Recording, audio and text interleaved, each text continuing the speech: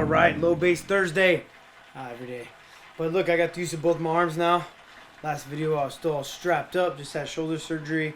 But it's been 3 months now since my left shoulder surgery, so feeling good.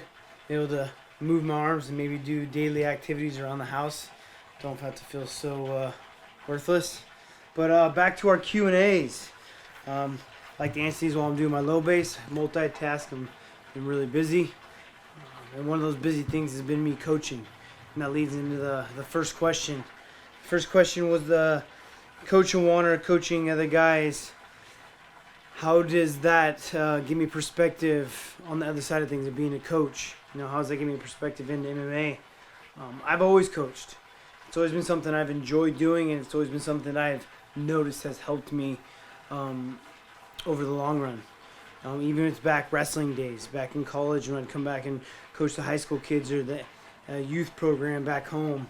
I always felt like every time I coached anything, if it was MMA, wrestling, shoot, it could be math. Just think about every time you're coaching, you're drilling it yourself. You know, I have to pre-plan practice out.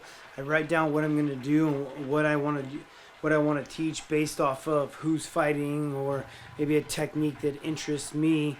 I'm teaching everything that I believe in, right? So it's going over my combos again or going over my technique. I'm writing it down before practice for, again, that's me like drilling it through my head.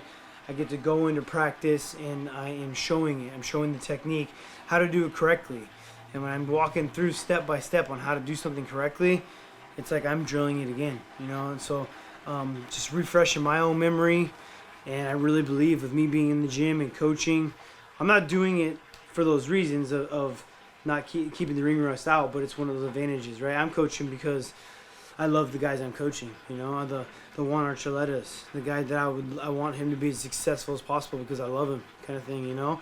But a perk that comes along with it is the fact that I continue to stay sharp.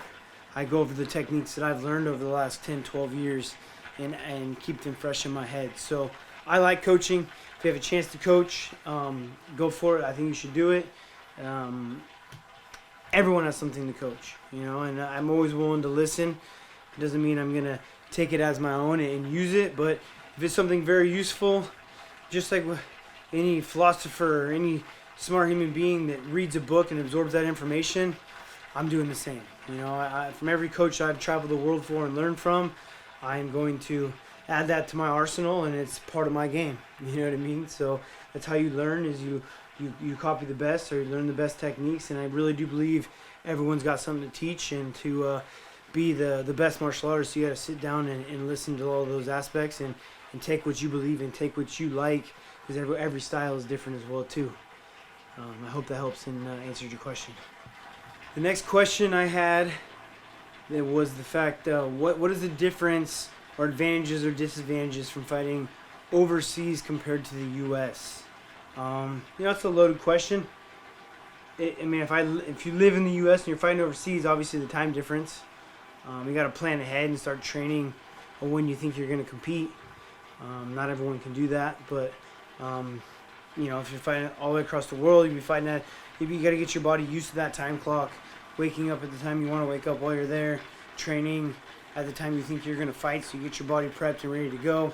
Those are little advantages you can have there. I don't know if there are any advantages other than the fact you get to travel and check out the world. You know, it's something that I enjoy to do. So that'd be the only advantage.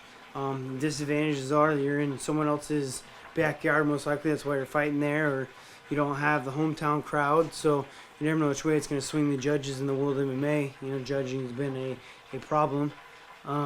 You have, let's see, we just having to fly and change everything up. The food you might be eating there is completely different, right? So I'm used to a certain kind of produce, but when I went and fought in Brazil, I'm just not overseas, I mean, it's in South America. When I fought in Brazil, the produce is completely different. Or their water, all their water has sodium in it. So you have to really search to find the water that doesn't have sodium. Things like that. So diet could be different. Obviously the time difference, just the travel in general, and the cost expense of getting there. I'd say mainly there's disadvantages from to fight overseas, but I feel like the advantage of or not even an advantage, just an interest of traveling the world and fighting other places or being other places outweighs it. I'd rather experience the entire world than worry about the advantages and disadvantages of fighting in certain areas.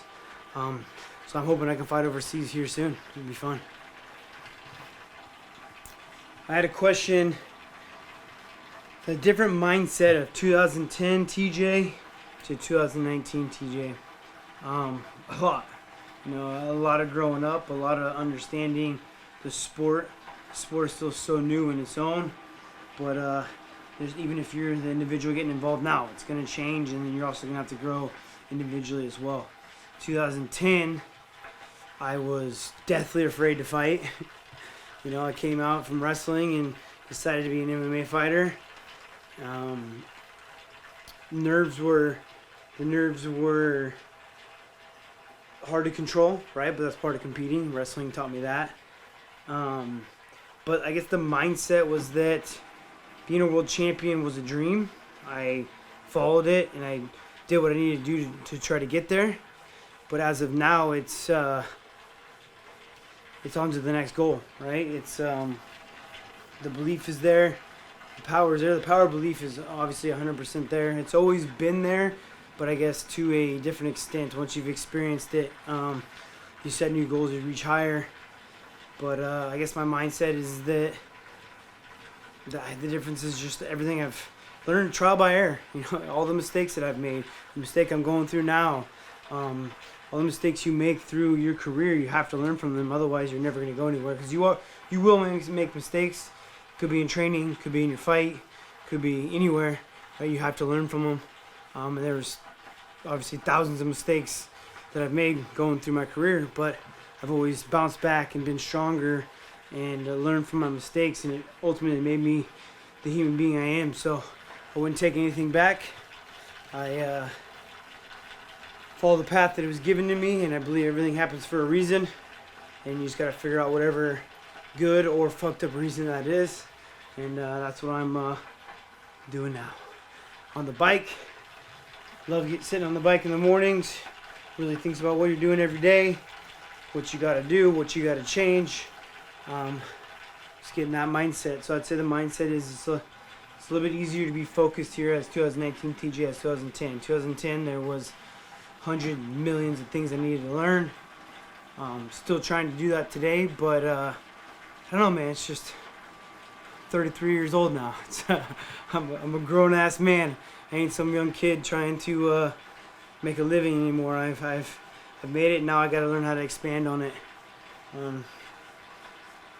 Yeah, I mean that's a tough one, right? Gotta sit back and contemplate my own life. It's a deep question, but I'm gonna sit here now for the next couple hours and try to figure that one out. Another question I had that I found interesting was they asked if I get more. How do your nerves compare to coaching someone to actually fighting yourself? Both you're gonna get nervous for both. But I feel more nervous for when, for instance, Juan Archuleta fights than when I fight myself. It's something that you can't control. You can only hope for the best outcome. And I feel like those are harder situations. Even though the world of MMA is very hard to control, like at least you have the effort to do so, right? That's a distraction with with competing is obviously I'm nervous. It's a different kind of nerves. When I'm coaching someone, I'm more nervous because I can't control it. I can't control certain movements or performances. So, and obviously I want that person to win very badly, so it eats away at me. Very nervous for Juan's last fight. Leading up to it, the fight week, I try to hide it, right? I don't want him to ever feel that stuff, but now you're going to come back and watch this and know that I'm nervous when we're in fight week, fight camp, or just getting ready. But more so, obviously, fight week and the night of your fight. But yeah, so I feel like it weighs on you a lot more when it's someone else's well-being and their livelihood. So you're hoping you gave them everything you possibly could to get out there and get that victory. So more nerves when I'm coaching than when I'm fighting. Next question was, what would be like the one tip you'd give to an up-and-coming fighter? Something that I wish I knew back then that I know now. obviously a lot, and I'm sure I probably talked about a lot of it, but I would say the big one for me is that drillers do make killers. You know, some coaches don't believe in it, some do. I'm lucky enough to find Dwayne Ludwig that did. He treated kickboxing and MMA just like wrestling for me. When I was in the sport of wrestling, he would drill that same technique thousands of times until you're so bored you don't even want to pay attention anymore. But then your body just naturally does it. You could go to sleep and do it, you know. Same thing with fighting. Same thing with throwing certain combos. Same thing with the Bang Muay Thai system. And it's nice that it has a system because you know what to fall back on. But drill. And there's ways to drill, you know. You do, like, as an upcoming fighter, you do have to figure out that timing. You do have to figure out that verge of competing and not getting too scared of getting hit and getting those jiu-jitsu scrambles. So you do have to go live. But I believe when I went back in the day at Alpha Male, when I first started, we would spar like 3 or 4 days a week. If not every day, we would just go live. You know, create bad habits, get hurt. It's not healthy. And when Dwayne Ludwig came in and started taking over, he was creating drillers, you know, teaching us the system and making us drill it over and over and over again. And that's when things clicked the most for me. That's when everything started coming together. You get into the fight, high pressure situations, and you've already been there, done that within your head of drilling. You see the certain techniques. And you got to drill live too. You got to find good partners to drill live with, you know, to spar but drill. It's live drilling, what we call it, right? I mean, you're throwing like 30% power on your strikes. You give up positions on purpose. Like, you get taken down so you can drill how to get back up, or you set your takedown up perfectly to get it. You drill on the ground of letting him get in a position and you working back into your position, really drilling those things out, visualizing the combos you're gonna hit and drill them over and over again without taking so much impact.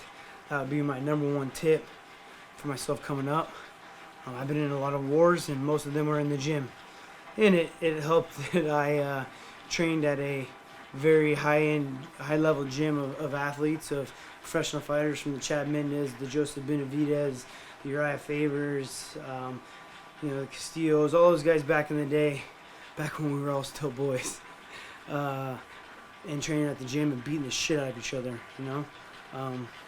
Made me who I am, made me as tough and as mean as I am, but I don't think it's the healthiest way to go about it. And I could have been better, I think, by drilling. So that'd be my number one tip. And that goes a long way. So use that to your advantage.